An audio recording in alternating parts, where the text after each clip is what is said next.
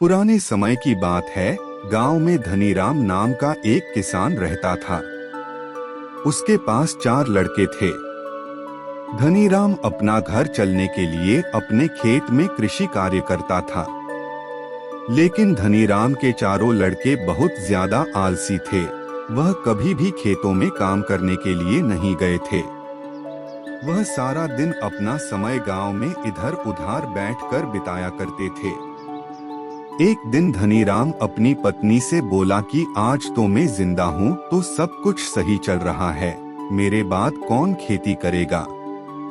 हमारे बच्चों ने तो आज तक खेतों में कदम तक भी नहीं रखा है।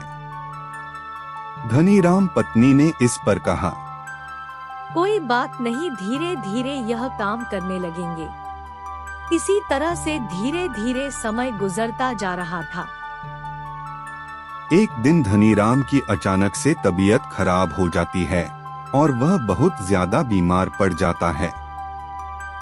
इस दौरान धनीराम अपनी पत्नी से कहता है कि चारों लड़कों को मेरे पास बुलाओ, मेरे पास समय बहुत कम है।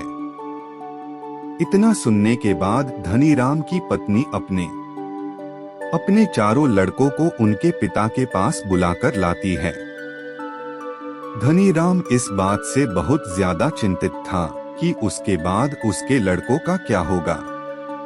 इसलिए उसने अपने चारों लड़कों को अपने पास बुलाकर कहा कि मेरे पास जितना भी कमाया हुआ धन था, मैंने वह सारा अपने खेतों के नीचे दबाया हुआ है। जब मैं इस दुनिया में ना रहूं, तो मेरे बाद तुम खेतों में से दबाया हुआ सारा खजाना निकलकर आपस में बांट लेना है।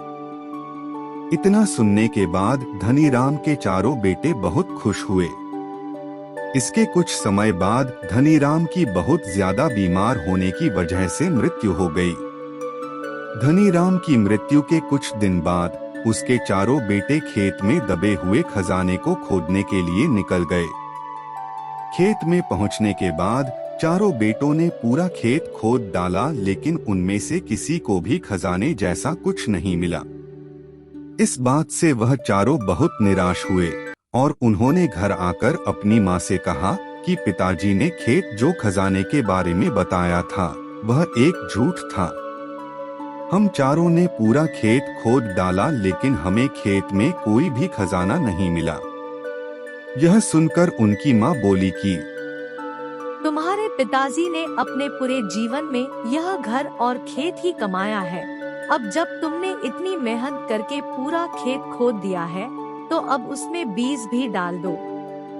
इसके बाद चारों बेटों ने खेत में बीज बो दिए और माँ के कहे गए अनुसार खेत में समय पर पानी और खाद डालने लगे। समय बीतता गया है और कुछ समय बाद खेत में फसल तैयार हो गई। फसल काटने के बाद चारों बेटों ने फसल को बाजार में बेचा और उससे जो भी पैसे मिले उससे उन्हें बहुत खुशी मिली। इसके बाद जब चारों बेटे घर गए तो माँ ने कहा कि बेटा, तुम्हारे पिताजी तुम्हें यही समझाना चाहते हैं कि जो हम मेहनत करते हैं उसके बदले में ही हमें खजाना मिलता है। इस कहानी से हमें यह सीख मिलती है, अगर हमें अपने जीवन में सफल होना है तो हमें मेहनत करनी चाहिए। अगर कोई भी व्यक्ति ज्यादा आलस करता है तो वह अपने जीवन का कीमती समय बर्बाद कर रहा होता है। आपको हमेशा अपने जीवन में सही दिशा में मेहनत करनी चाहिए।